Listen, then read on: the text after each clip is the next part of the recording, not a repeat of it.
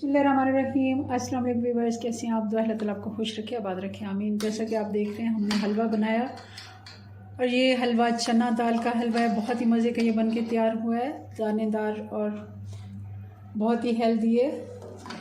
चलें इसको बनाना शुरू करते हैं। रेसिपी पसंद आए लाइक शेयर करना मत भूलिएगा जी। तो इसके लिए हमें चाहिए चना दाल आधा किलो।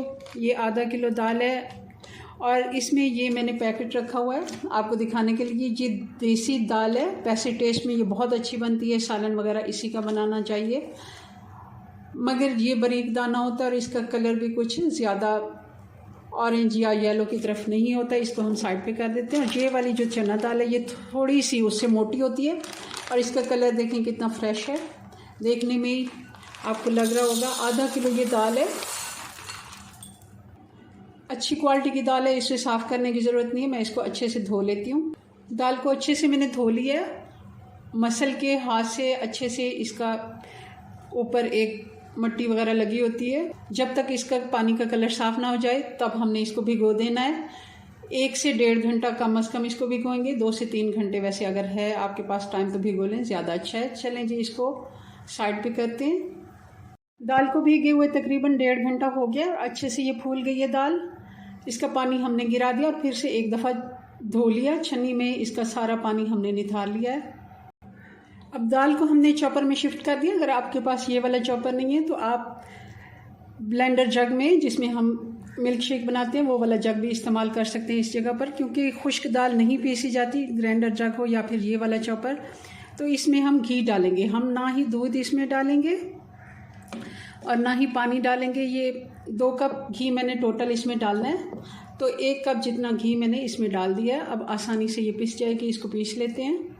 दाल हमारी अच्छे से पिस गई है। इसका थोड़ा सा मैं आपको दिखा देती हूँ। हाथ मैंने धो लिए हैं।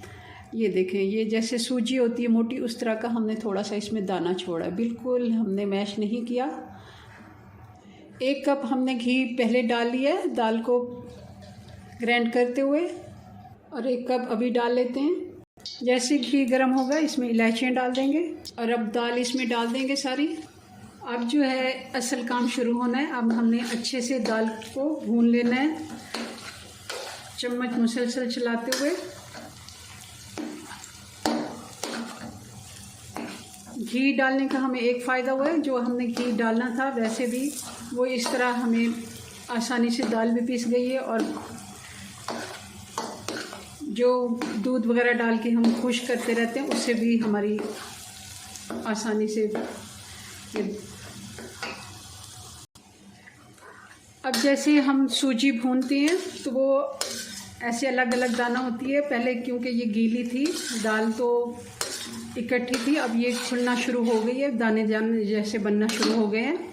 और मुसलसल इसको मीडियम आंच पे चलाना है। बहुत तेज़ आंच पे हमने इसकी नहीं बुनाई करनी और बिल्कुल स्लो भी नहीं, मीडियम आंच है, जितना आसानी से आप चला सकते हैं। और मुसलसल इसको चलाते रहना है, क्योंकि ये अगर लग गई तो इसका कलर भी ख़राब होगा, टेस्ट में भी फ़र्क आएगा। थोड़ी सी यहाँ मुश्किल होती है, वरना आसानी से ये हलवा बन जाता है। दाल को भूनते हुए हमें तकरीबन 25 मिनट हो गए हैं।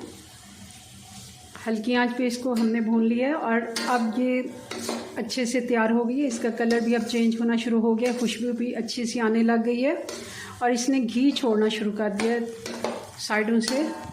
दाल जब भुन जाती है इसकी एक ये निशानी है, ये बिल्कुल हल्की हो जाती है। जैसे हम पहले भून रहे थे तो उस वक्त काफ़ी इस पर ताकत लग रही थी, और अब ये बिल्कुल ऐसे जैसे हल्की सी हो गई है और कोई इसकी मुश्किल नहीं पेश आ रही। अब इस जगह पे हम कुछ ड्राई फ्रूट डाल देंगे। कुछ बादाम है, नारियल है और किशमिश है। 1 मिनट के लिए हम इनको भी फ्राई कर लेते हैं। 1 से 2 मिनट हमने ड्राई फ्रूट को भी मिक्स करके इसके साथ ही अब इसमें चीनी डाल देंगे। चीनी मैं आधा किलो से थोड़ी सी कम कर रही हूँ, आप चाहें तो बराबर की डाल सकते हैं, क्योंकि बहुत ज़्यादा मीठा भी इतना अच्छा नहीं होता, तो मैं इससे थोड़ी सी कम ले रही हूँ। अब हम पानी डालेंगे। पानी मैं इसमें गरम करके डाल रही हूँ, 1 लीटर पानी।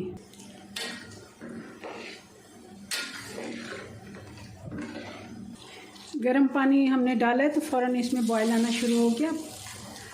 इस जगह पर हल्का सा हम चम्मच चलाते रहेंगे जब तक पानी नहीं खुश्क हो जाता।